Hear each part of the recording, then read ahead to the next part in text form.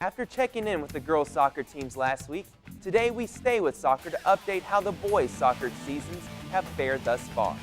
Hello and welcome to Sports Talk. I'm Tyler Sloan. At the end of last week's show, I predicted the Baltimore Ravens would win the Super Bowl, and they did. After fast starts to their season, could I get a district title prediction from either McKinney High's Alan Pocock or Boyd's Casey Osborne? You'll have to find out in just a moment. I'll also chat with McKinney North's head coach Thomas Sills to learn why they're not discouraged about a tough start to their season. Those interviews plus the Scholar Athlete of the Week is announced. Next on Sports Talk.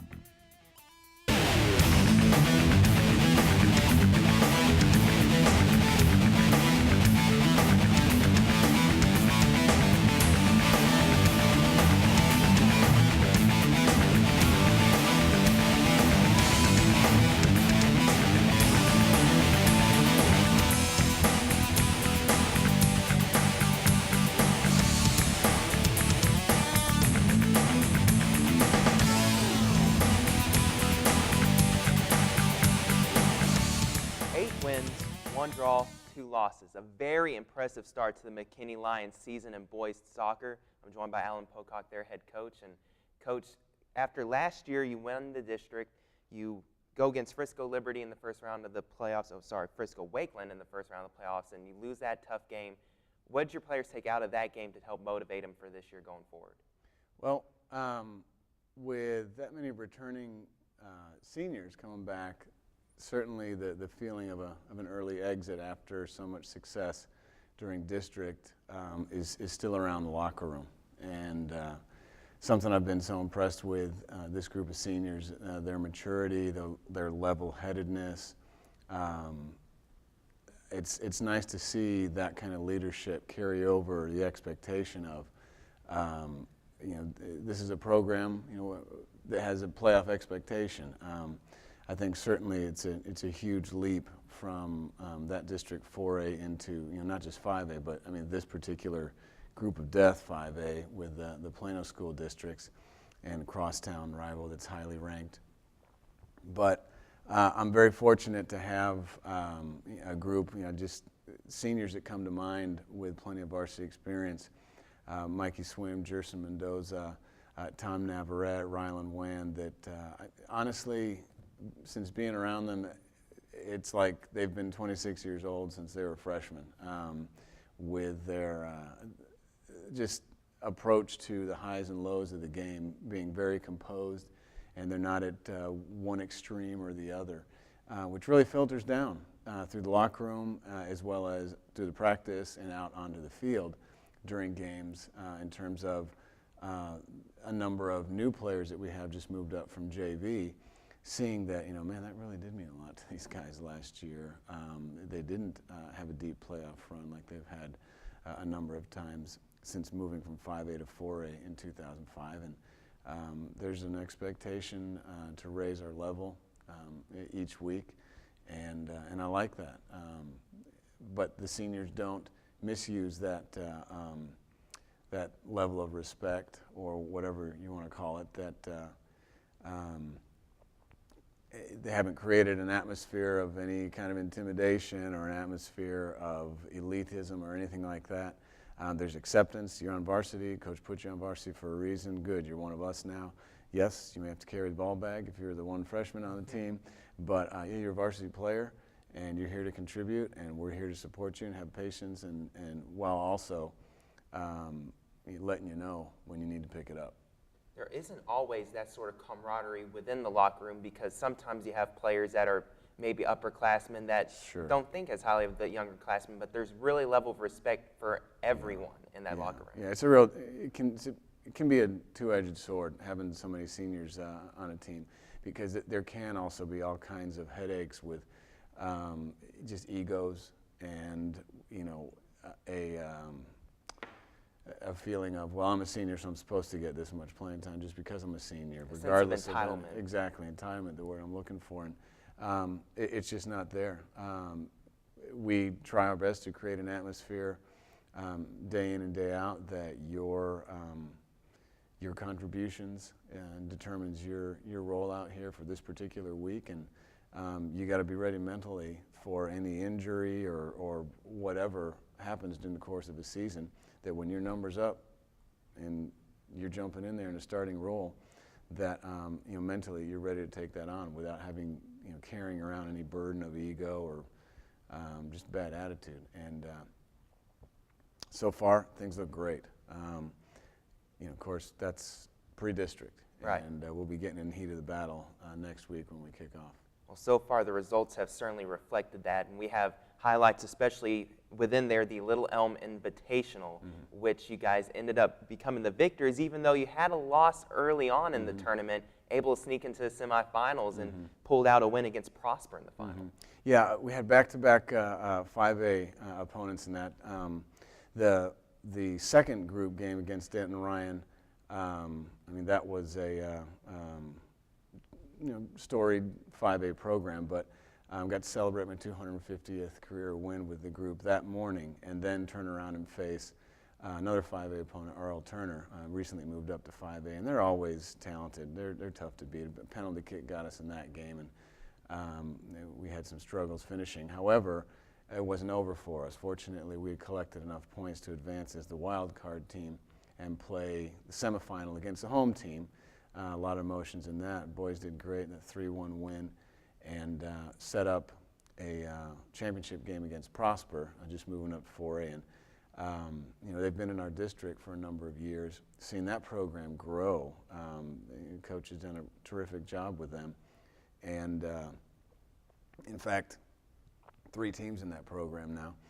And set up pretty dramatic afternoon. And they're just relentless in their offensive pressure. But our defense is really anchored by a number of those seniors that I mentioned, and they held strong, put up an early goal. Again, we were looking at the contributions of an underclassman in Arcia, scoring the eventual game winner in the second minute of that game, assisted by senior Chris Garza. The stats are really well-rounded. We got 3 players with 3 goals, but a total of 12 players that have scored, and we got Mikey Swim with 5 assists, but a number of assists all spread out as well. And then we were able to withstand, actually the last minute and a half was all 11 players, even their goalkeeper in the box, trying to knock some loose ball in the goal off of long throws and free kicks and corner kicks, but we withstood and took home a trophy. Withstood the storm, and your defense has been the catalyst for this team so far this year. There has not been a game yet where you've given up more than 1 goal, and it does a lot with the back 4 that are playing. It also has a lot to do with the goalkeeper that you have in net, and in fact 2 goalkeepers for your particular team, and you've chosen to help them split time throughout games. What led to that decision for you? Well, I know the soccer purist in me really has a problem with switching out keepers if there's not a problem, if there's no injury or no poor performance. Traditionally, that's your keeper stays in. But ironically, 2 years ago was one of the first years I did this throughout the season. It was Ryland's older brother, Corbin, that split time with Brett Villarreal that year that we went to the 4th round after undefeated district championship. And this year it's set up with Ryland and foreign exchange student Kike Vicens. That Kike's got tremendous technique, probably would be just as adept on the field as well. Very good footwork with the ball. Ryland's got size over him, and they've each got their strengths. And I really wanted to see, certainly in pre-district, was there going to be the case of one particular goalkeeper pushing ahead in front of the other? And there's been a couple games that Kike couldn't get to for 1 or 2 reasons, being a foreign exchange student, that Ryland saw playing time throughout the match. But they've each given up 2 goals total so far this year, and they've combined. Ryland's got 2 full shutouts, playing an entire game twice. I like our defensive stats, and to be honest, that's the first thing you've got to take care of at the beginning of the year, is your bedrock, your foundation, your defense. that then you can build on from there. And we have. We've got Jerson and Mikey, our two center mids that are senior captains, and it really provides a catalyst for being able to practically try out a number of different players at forward. This year we just didn't have a returning forward. Lost a couple of key period. strikers from last year. Right, let alone a returning stats maker, so to speak. So our scores have been kind of low. I mean, a couple of games, I guess most people would look at a 3-0 soccer game as maybe a blowout, but we had 3 games that we scored 3 goals. The others were 1 or 2 goal wins, but I'm not so concerned about that, as well as being able to move the ball well, possess it, be patient, and probe an opponent that's playing particularly defensive-minded, while also look at someone's putting a lot of offensive pressure on you, like Prosper did to finish that championship match. Can our maturity and experience of our defense withhold to see us safely at the end of the match? And they did. And so far it has. Another strength for your team that really is telling to me is the disciplinary record. You only have a couple of cards throughout the whole entire season so far. You've played over 10 games, and soccer is just like any other sport. It's very easy to get heated, and one momentary lapse of judgment and you could be in the book for yellow or red, and your team has really kept their cool on the field. It has. I mean, we've got 2 yellow cards. I think that's it. Maybe 3. I got to double check, but yeah, in my mind, it's been a very pleasantly surprising year as far as receiving any warnings or what have you. But I think that follows with the kind of mentality that and maturity that the seniors show. That's not to say that they give anything away as far as physical play or challenge for the ball, but I try to make it clear at the beginning of the game, look, if anyone's going to get any cards for complaining about anything or getting any arguments with officials, it's going to be me. I'll take care of that. You guys take care of the ball, because I can't do anything about the ball. And we'll go forward there. There's going to be a time when you've got to challenge hard for a ball, and there's going to be a professional foul, and you're going to pick one up. And I don't want us to get into card trouble and have to be sitting players during district because of just dumb fouls for whining or griping, cheap fouls that we added up card points going into district. So we're in good shape. I know we got one more game here before district starts, so things are looking good as far as discipline. Well, Coach, thank you so much for coming on the show today, and we really appreciate it. Thanks very much for having me. And certainly with Coach Pocock's McKinney Lions boys soccer team, they seem to be set up nicely, even though they're facing the daunting 10-5A district. Certainly seem to be set up well going into district to make a run at the playoffs.